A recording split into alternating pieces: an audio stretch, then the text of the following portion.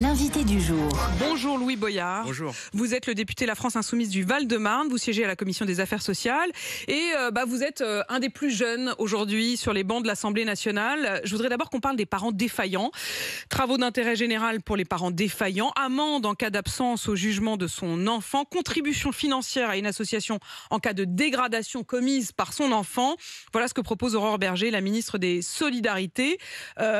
Est-ce que, oui ou non, les parents sont responsables quand on a des enfants qui sont à ce point coupables? Moi, je trouve que c'est extrêmement mal placé de la part de Aurore Bergé. Et j'aimerais faire une contre-proposition, c'est lui proposer de faire des travaux d'intérêt généraux. Par exemple, bien sûr, pour remplacer le prof de français qui, à Villeneuve-le-Roi, au lycée Marianne, n'est pas là, alors que Gabriel Attal avait promis qu'il serait là.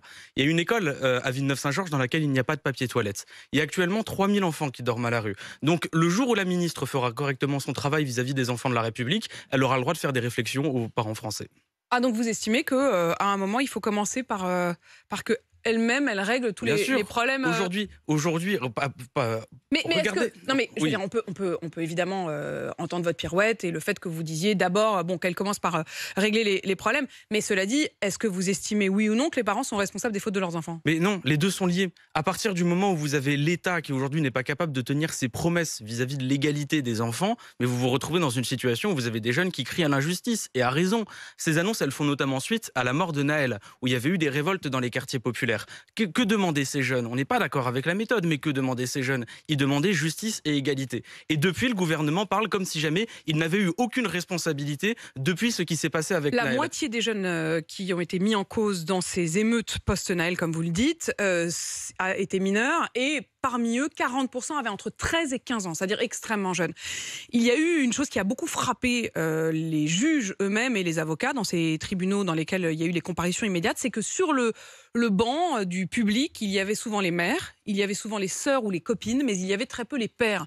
Et cette amende, si on ne se présente pas lorsque son enfant passe devant un tribunal, vous estimez pas que c'est le rôle d'un père d'être là? Mais vous savez qu'il y a beaucoup de familles monoparentales dans lesquelles, tout simplement,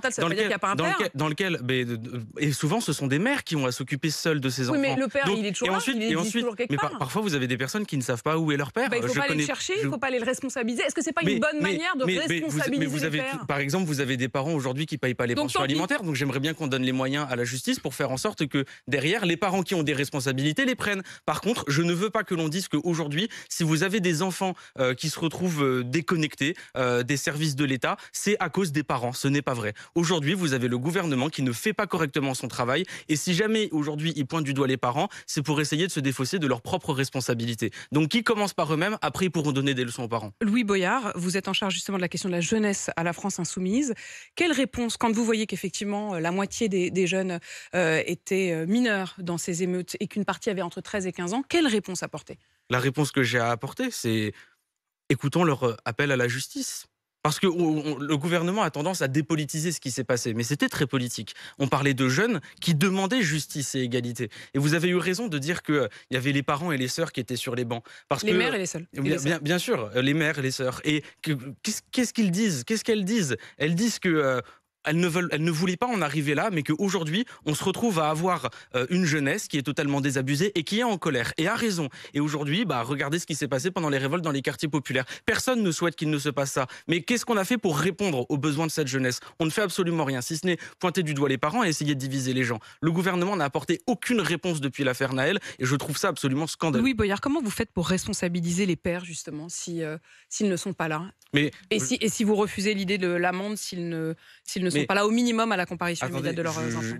Premièrement, je le redis, mais le fond du sujet, c'est que elles sont souvent très seules, les mères. Et vous en parlez à juste raison. C'est-à-dire que c'est souvent des mères qui travaillent le matin, qui travaillent le soir, pour tenter justement d'avoir les sous, tout simplement pour faire face. Est-ce qu'il ne faut pas à un moment sanctionner les pères?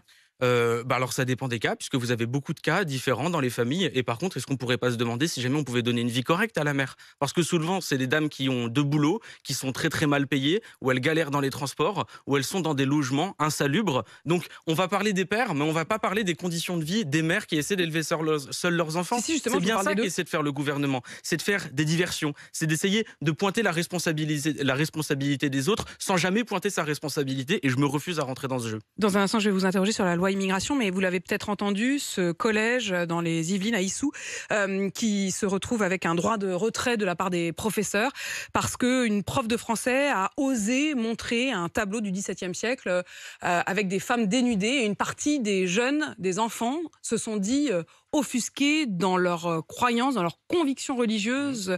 La professeure est menacée. Qu'est-ce que vous dites à cette professeure? Qu'est-ce que vous dites à ces jeunes? Premièrement, Ils vous écoutent aussi, ces jeunes, parfois. Alors, que leur dire? Mais évidemment, je pense qu'il est assez naturel de rappeler qu'il n'est pas bien de frapper son professeur ou de frapper qui que ce soit dans une école. Je pense que ça pointe aussi un certain état d'esprit qu'il y a aujourd'hui dans l'éducation nationale, où Gabriel Attal est totalement à côté de la plaque des besoins aujourd'hui des élèves et des professeurs. Non, mais là, sur ce cas-là, qu'est-ce que vous dites à ces jeunes qui ont lancé, notamment sur TikTok, des menaces vis-à-vis de cette professeure? Ne menacez pas vos professeurs, c'est naturel de le dire. Que voulez-vous que je dise le de fait de plus? montrer ce tableau, elle a eu raison de le faire. Il faut qu'elle puisse continuer. À partir du moment où ça fait partie des cours, bien évidemment. Maintenant se pose la question, comment est-ce que ça se fait qu'on se retrouve par exemple dans des lycées, dans des classes où vous avez 40 élèves, ce qui empêche les professeurs de pouvoir maintenir. Tout à fait. Et d'ailleurs, c'est effectivement le contexte dans lequel ça arrive. C'est tout à fait juste. Mais quand vous entendez dans ce... J'interrogeais tout à l'heure la patronne du SNES FSU sur cette question-là, et notamment sur le sondage qui est sorti vendredi, le sondage de l'IFOP, qui dit qu'un musulman sur deux aujourd'hui estime que les élèves doivent avoir le droit de sortir des cours quand ça heurte leurs convictions. Écoutez, moi franchement, je commence à en avoir ras-le-bol à chaque fois que je fais un plateau télé de devoir parler des musulmans. Je pense que les musulmans... Moi, j'y suis pour rien, c'est l'actualité d'Issou. Il n'y a pas une journée... J'aimerais bien effectivement que cette depuis la actualité réforme des retraites, on parle de trois choses. D'immigration, des quartiers populaires et d'islam. Parfois, on mélange les trois et on fait ça toute la journée.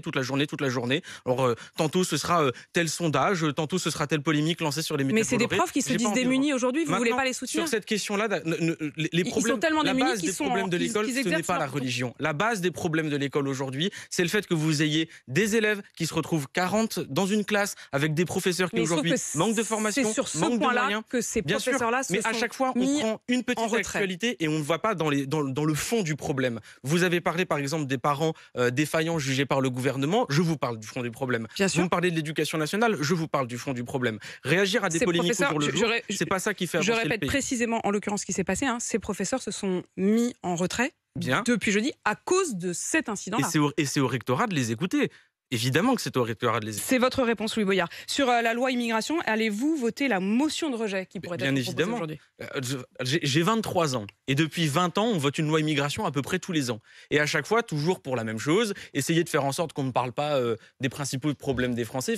L'hiver commence, tout le monde ne mange pas à sa faim et tout le monde ne sait pas si jamais il pourra se loger correctement. Et je trouve assez indigne la façon avec laquelle Darmanin s'attaque aux travailleurs essentiels de notre pays. Parce qu'on parle à longueur de journée d'immigration en oubliant de rappeler que 30% des travailleurs de première ligne de notre pays, ce sont des personnes immigrées. En oubliant de rappeler qu'il y a 2,2 millions de personnes qui sont des travailleurs essentiels qu'on a applaudis pendant le Covid et qu'aujourd'hui, on met sur l'autel de la loi immigration pour essayer de polémiquer et draguer. Mais c'est au fond ce que dit d'ailleurs, pour le coup, Gérald Darmanin, quand il voulait pouvoir régulariser tous ceux qui travaillent dans les métiers en tension. Les régulariser dans les métiers en tension, et si jamais ils cessent de travailler, ils perdent leur titre de séjour. Autrement dit, vous vous retrouverez à avoir des travailleurs essentiels dans des métiers difficiles, mal payés, qui dépendront de leur patron pour savoir s'ils ont le droit de rester dans le pays ou pas. Ça s'appelle de l'esclavage moderne. Et nous nous opposerons à cet article. Et vous espérez donc que dès aujourd'hui, la motion de rejet soit adoptée et que le texte donc se retire de l'Assemblée. Merci Louis Boyard d'être venu dans ce studio. Je rappelle que vous êtes député La France Insoumise du Val-de-Marne.